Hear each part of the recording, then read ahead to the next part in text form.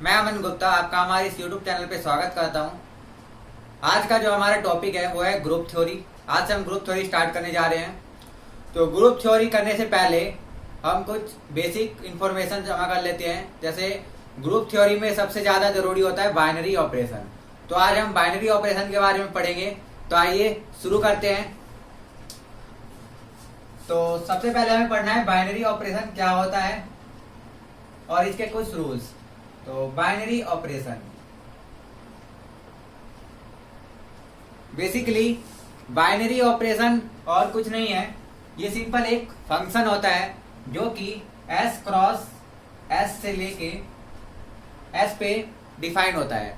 अब यहाँ पे जो s है कोई भी एक सेट है। सेट के बारे में हमने पहले ही पढ़ रखा है कि जो सेट क्या होता है, एक वेल डिफाइंड कलेक्शन। तो यहाँ पे क्या है s क्रॉस s, यानी कि किसी सेट का उसी सेट से कार्टेशियन प्रोडक्ट करते हैं और उसके जो एलिमेंट है उसको हम कहाँ पे लेकर जा रहे हैं, तो उसी सेट पे। यानी कि जो s क्रॉस s के मेंबर्स हैं यानी एलिमेंट्स है उसका फंक्शन कहाँ पे होना चाहिए, s में ही होना चाहिए।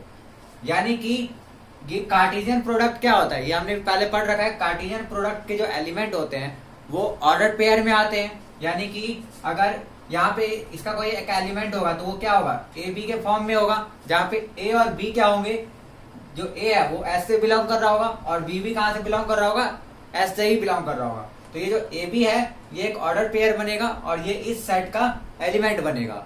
तो इससे ये कहाँ पे जाना चाहिए, इसी सेट के किसी एक एलिमेंट पे ये जनरेट होना चाहिए। यानी कि ये फंक्शन उस पर डिफाइन होनी चाहिए। यानी कि जो इसकी वैल्यू है वो उसी सेट के किसी एलिमेंट के इक्वल आनी चाहिए। तो उसको हम क्या कहते हैं, बाइनरी ऑपरेशन। अब बाइनरी ऑपरेशन जो होता है उसको हम बेसिकली किसी भी सिंबल से डिनोट करते हैं। जैसे कि हम स्टार से बाइनरी ऑपरेशन को डिफाइन करते हैं। स्टार क्या होता है, जैसे अगर यहाँ पे ए स्टार ए बी के आगे स्टार लगा हुआ है, इसका मतलब जो ये एलिमेंट है, ये ए बी एक एलिमेंट है किसका, इस सेट का एलिमेंट है जो कि एस क्रॉस एस से बनता है। तो इस पे अगर बाइनरी ऑपरेशन लगाए तो हम इसको इस तरह से लिख सकते हैं, ए स्टार बी। ठीक है, इसका मतलब क्या हुआ कि ए और बी दो एलिमेंट है और उनके बीच में एक ऑपरेशन लग रहा है। ये ऑपरेशन कुछ भी हो सकता है, plus minus divide multiply LCM LCM. यानी ये जो ऑपरेशन है ये डिफाइन होगा क्वेश्चन के हिसाब से। तो ये कुछ भी हो सकता है, ये क्या हो रहा है, इन दोनों एलिमेंट्स के बीच में लग रहा है। तो इसको हम बोलते हैं बाइनरी ऑपरेशन। और जब ये लगेगा तो इससे जो एक नया एलिमेंट जनरेट होगा, वो मान लेते हैं हम कोई जनरेट होगा एलिमेंट सी, तो वो सी एलिमेंट भी कहां से आना चाहिए, इस एस से ही आना चाहिए, यानी इसी सेट से आना चाहिए। तो हम क्या बोलेंगे इसको, बाइनरी ऑपरेशन। तो आई थिंक आपको समझ में आया होगा कि बाइनरी ऑपरेशन क्या होता है। बेसिकली कुछ नहीं है, सिंपल लैंग्वेज में अगर समझे तो बाइनरी ऑपरेशन एक सिंबल होता है जो किसी भी ऑपरेशन को शो करता है। यानी किसी भी ऑपरेशन के लिए हम एक सिंबल स्टार का यूज करते हैं। ठीक है, यहाँ स्टार की जगह प्लस माइनस आप कुछ भी लिख सकते हैं। जैसे यहाँ पे ए स्टार बी का अगर मतलब प्लस का साइन का मतलब है, यानी कि स्टार का मतलब, स्टार किसको डिनोट कर रहा है, प्लस साइन को डिनोट कर रहा है। तो ए स्टार बी जब हम करेंगे तो हमें इसका मतलब क्या करना है कि ए और बी को प्लस करना है, यानी इनका एडिशन करना है। ठीक है, तो ये जो स्टार है सिंबल है ये और कुछ नहीं है, बस एक ऑपरेशन को जनरेट करने के लिए यहाँ पे लिखा रहता है। सिंपली यहाँ पे हम प्लस का साइन भी लगा सकते थे, लेकिन कुछ जगहों पे क्या होता है कि बहुत बड़े बड़े ऑपरेशन होते हैं। जैसे स्टार को अगर हमने यहाँ डिफाइन कर दिया कि ए स्टार बी जो है वो डिफाइन कर रहा है ए प्लस बी माइनस 5, तो ये भी हो सकता है। यानी ए स्टार बी, यानी जो स्टार है वो क्या रिप्रेजेंट कर रहा है कि दो एलिमेंट्स को प्लस करना है और उसमें से फिर क्या करना है, -5 करना है। तो यहाँ पर कोई भी एलिमेंट होंगे क्या करना पड़ेगा, उनमें एडिशन करना पड़ेगा और -5 करना पड़ेगा। तो उसका मतलब क्या हुआ कि हमने उस पर स्टार का ऑपरेशन जनरेट कर दिया। तो ये था बाइनरी ऑपरेशन। अब आइए बाइनरी ऑपरेशन के कुछ रूल्स पढ़ते हैं। जैसे सबसे पहले एक होता है लॉ, क्लोज्ड लॉ। तो क्लोज्ड का मतलब क्या होता है, क्लोज्ड का मतलब यही है कि कोई भी दो एलिमेंट किसी भी एक सेट से, एस कोई एस बी या सेट, इस सेट से हमने कोई दो एलिमेंट उठा लिए। जैसे कि एक एलिमेंट हमने ले लिया ए और एक एलिमेंट ले लिया हमने बी। तो इन दोनों पे अगर हमने बाइनरी ऑपरेशन जनरेट किया, ये बाइनरी ऑपरेशन कुछ भी हो सकता है। तो जब हमने ये ऑपरेशन जनरेट किया तो जो एलिमेंट आया सी, वो सी क्या होना चाहिए, इस एस का ही एलिमेंट होना चाहिए। तो जब ये कंडीशन सेटिस्फाई होती है तो हम कहेंगे कि जो ये स्टार है, यानी कि ये जो बाइनरी ऑपरेशन है, ये इस सेट एस पे क्या है, क्लोज्ड है। यानी कि स्टार जो है, star is closed on set S, यानी इस सेट एस पे क्या है, ये बाइनरी ऑपरेशन क्लोज्ड है। क्यों?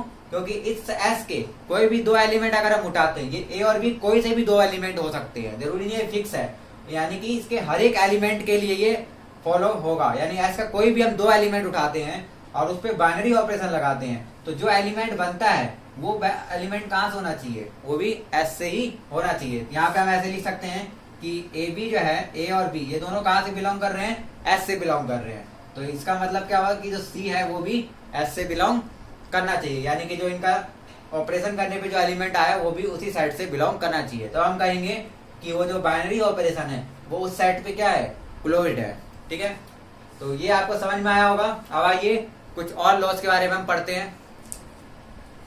तो आइए अब और कुछ लॉस पढ़ते हैं। तो सबसे पहले कम्यूटेटिव लॉ, कम्यूटेटिव लॉ। तो कम्यूटेटिव लॉ का क्या मतलब होता है, सिंपल ये है मतलब इसका कि अगर दो एलिमेंट, हम ए और बी कोई दो एलिमेंट एक सेट से लेते हैं, जैसे कि एस बी अ सेट, और ए बी जो है वो एस के क्या है, एलिमेंट है, and A and B belongs to S. तो ए स्टार बी, यानी कि ए बाइनरी ऑपरेशन बी जब हम करते हैं तो उसकी जो वैल्यू आती है वो बी स्टार ए के इक्वल आ जाए। यानी क्या करना है यहाँ पे, हम इनका अगर ऑर्डर चेंज कर दे, यानी ए बाइनरी ऑपरेशन बी करे और फिर बी बाइनरी ऑपरेशन ए करे, यानी इनका ऑर्डर चेंज करके ऑपरेशन करे, तो जो वैल्यू आए वो क्या आ जाए, इक्वल आ जाए। तो ऐसे बाइनरी ऑपरेशन को हम क्या बोलेंगे, कम्यूटेटिव बोलेंगे। यानी कि वहां पे कम्यूटेटिव लॉ फॉलो कर रहा होगा, वो बाइनरी ऑपरेशन क्या कर रहा होगा, कम्यूटेटिव लॉ फॉलो कर रहा होगा।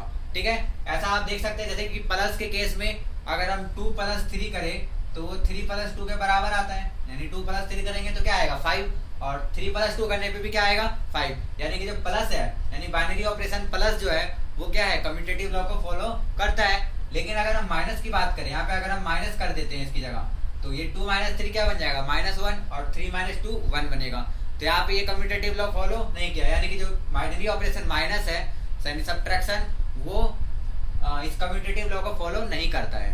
तो आई थिंक आपको समझ में आया होगा कि कम्यूटेटिव लॉ क्या होता है। बेसिकली सिंपल यही है कि दो एलिमेंट अगर हम ले और उनका ऑर्डर चेंज करके अगर हम बाइनरी ऑपरेशन जनरेट करें तो जो वैल्यू आएगी वो क्या आएगी, इक्वल आएगी। तो ये ऐसा जब भी होता है तो वहां पर यानी कम्यूटेटिव लॉ फॉलो हो रहा है। अब आइए एक और लॉ पढ़ते हैं। एक लॉ होता है associative law. Associative law, associative law में हमें क्या करना होता है, सेम यहाँ पर भी हम क्या करेंगे, एक सेट लेंगे एस बी आ सेट, और इसमें 3 एलिमेंट हम ले लेंगे ए बी एंड सी। इसमें 3 एलिमेंट है जो कि एस से ही बिलोंग कर रहे हैं। तो इसमें कुछ इस तरह से लगेगा ये लॉ कि ए स्टार बी और स्टार सी, यहाँ पे हम क्या करते हैं, पहले ए और बी को जनरेट करते हैं, यानी ए और बी पे पहले ऑपरेशन लगाते हैं और फिर जो वैल्यू आएगी उसको सी पे ऑपरेट कर देंगे। यानी कि जो ब्रैकेट होता है इसका मतलब क्या होता है कि पहले हम ब्रैकेट को सॉल्व करना है, तो यानी कि ब्रैकेट के अंदर पहले ऑपरेशन लगाना है, फिर जो वैल्यू आएगी उसको सी से ऑपरेट करना है। और ये किसके इक्वल आना चाहिए, ये इक्वल आना चाहिए ए स्टार बी स्टार सी। और यहाँ पे हमने क्या किया, पहले बी और सी को जनरेट किया, यानी बी और सी पे ऑपरेशन लगाया और फिर जो वैल्यू आई उसको ए के साथ ऑपरेट कर दिया। तो जब ऐसी वैल्यू इक्वल आ जाए तो हम क्या बोलेंगे कि वो एसोसिएटिव लॉ को फॉलो कर रही है।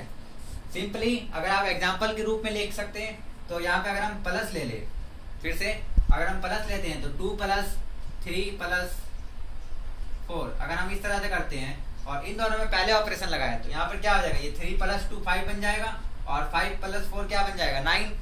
और इसी तरह यहाँ पर 2 + 3 + 4, यहाँ पर हमने क्या किया, पहले 3 और 4 पे ऑपरेशन लगाया, यानी 3 और 4 को पहले प्लस किया तो क्या आ जाएगा, 7 आ जाएगा, और 7 और 2 को प्लस करेंगे तो क्या आ जाएगा, 9, यानी कि इक्वल आ गया। यानी कि प्लस बाइनरी ऑपरेशन जो है वो एसोसिएटिव लॉ को भी फॉलो करता है। इसी तरह आप देख सकते हैं कि जो माइनस है अगर हम यहाँ पे माइनस करते तो ये लॉ फॉलो नहीं करता, लेकिन अगर हम मल्टीप्लाई करें तो भी फॉलो कर जाएगा। तो इसका मतलब यही है कि कोई भी बाइनरी ऑपरेशन अगर एसोसिएटिव लॉ को फॉलो कर रहा है तो उसको इस कंडीशन को सेटिस्फाई करना पड़ेगा। यानी कि उसके कोई भी 3 एलिमेंट हम ले ले सेट के, तो उसमें अगर हम पहले 2 वाले पे जनरेट करें, यानी पहले 2 पे ऑपरेशन लगाए और फिर तीसरे वाले के साथ करें, या आखिरी के 2 को पहले ऑपरेट करें और फिर उसको पहले वाले से ऑपरेशन लगाए, तो दोनों वैल्यू क्या आनी चाहिए, इक्वल आनी चाहिए। तो इसको हम बोलते हैं एसोसिएटिव लॉ। अब एसोसिएटिव लॉ के बाद आता है डिस्ट्रीब्यूटिव